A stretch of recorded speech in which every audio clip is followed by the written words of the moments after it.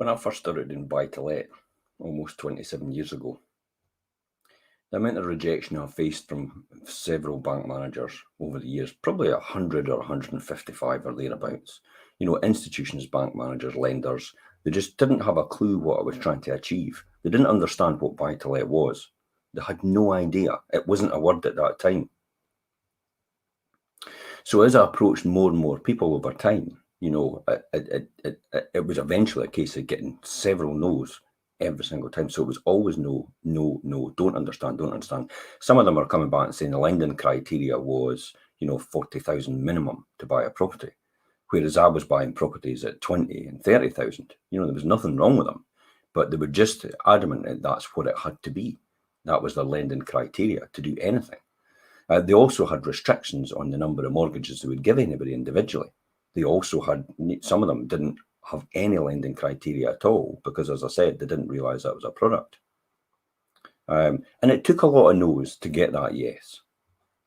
And it's similar to these people I'm going to talk about. So when Jack Canfield and Mark Victor Henson began the process of selling their first book, Chicken Soup for the Soul, they flew to New York with Jeff Hantham, a literary agent at the time, and met every single publisher that was granting them a meeting. All of them weren't interested. Collections of short stories really didn't sell at all. There was no edge to the stories. The title would never work. After all, we were rejected by 20 publishers who had received manuscripts through the mail as well. After being rejected by more than 30 publishers, our agent gave them back the book and said, I don't think this book's ever going to sell. But Jack just said, next. He also knew that he had to think outside the box.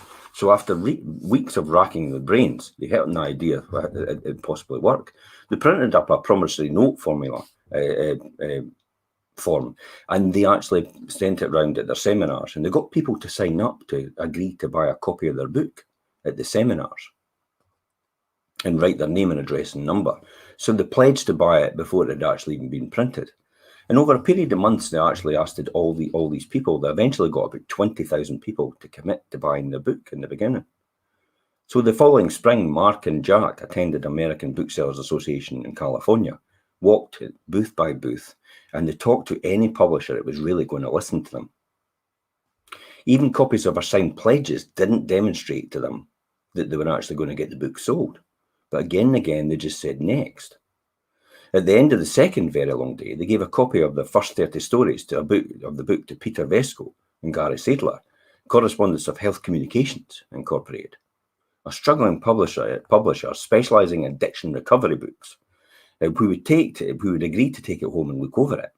Later that week, Gary took the manuscript to the beach and read it. He loved it and decided to give them a chance. Those hundreds of nexts had paid off. After more than 140 rejections, the first book went on sale and sold 10 million copies. Boy, all these people that said no way, they'll be regretting it now. And it spawned a series of 250 best-selling books that have been translated into 43 languages worldwide of 500 million sales. I love stories like this. And those pledge forms, well, when the book was finally published, we stapled an announcement to the signed forms, sent them to the person to the address, waited for the check, and almost everyone who had promised to buy the book had actually came along and committed to it. In fact, one entrepreneur in Canada bought 1,700 copies and gave them to every one of his clients. So Barbara Kingsolver said, this is a manuscript of yours that has just come back from another editor of a prestigious package. Don't consider it as rejection. Consider it that you've addressed it to the editor who can appreciate your work. And it's simply as come back stamped, not at this address. And just keep looking for that right address. So at 19-year-old, Rick Little wanted to start a program in the high schools that would teach kids on how to deal with their feelings and handle conflict, and clarify their life goals and learn communication skills and values that would help them live more effectively and fulfilling lives. So he wrote a proposal to over 155 foundations. He slept in the back of his car and ate peanut butter crackers for the better part of the year, but he never gave up on his dream. Eventually, the Kellogg's Foundation gave Rick $130,000. That's almost $1,000 for each person that rejected him. Since that time, Rick and his team have raised over $100 million to implement the Quest program in 36 languages and more than 30,000 schools in 80 countries around the world. 3 million kids are being taught important life skills because one 19-year-old rejected rejection, and he kept on going until he got that yes. In 1989, Rick received a grant for $65 million, the second largest grant ever in US history, to create the International Youth Foundation. If Rick had given up at the 100th rejection and said to himself, well, I guess it was just supposed to be that way, what a great loss to the world and to Rick's higher purpose of being that would have been. So he knocked on 12,500 doors. This is a true story. So Sylvester Stallone actually says as well, I take rejection as someone blowing a bugle in my ear to wake me up and get going rather than retreat. So when Dr. John was a young chiropractor fresh out of school, he decided he wanted to set up offices in California, Monterey Bay. He approached the local chiropractor association for assistance, and they advised him to set up a shop elsewhere. They told him he wouldn't be successful because there were already too many chiropractors in the area. Undaunted, he applied the next principle. For months, he went from door to door early in the morning until sunset, knocking on doors. After introducing himself as a young doctor in the town, he asked a few questions. Where should I locate my office? What newspaper should I advertise to reach your neighbours? Should I open early in the morning or stay open late in the evening? Or for those that have a 9 to 5 job? Should I call my chiropractor clinic this name or that name? And finally, he asked, when I hold my open house, would you want to come along and receive an invitation?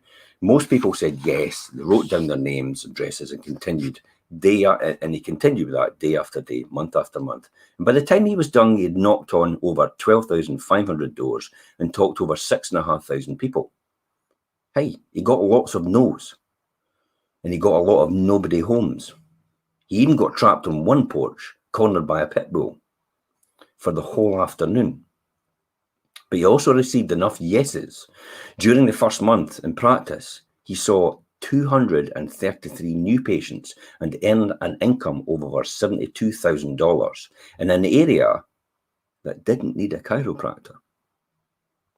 Remember, to get where you want, you're going to need to ask, and say next, until you get the yeses you're looking for. Asking is, was, and always will be a numbers game. Don't take it personally, because it isn't really personal. And I'll see you tomorrow.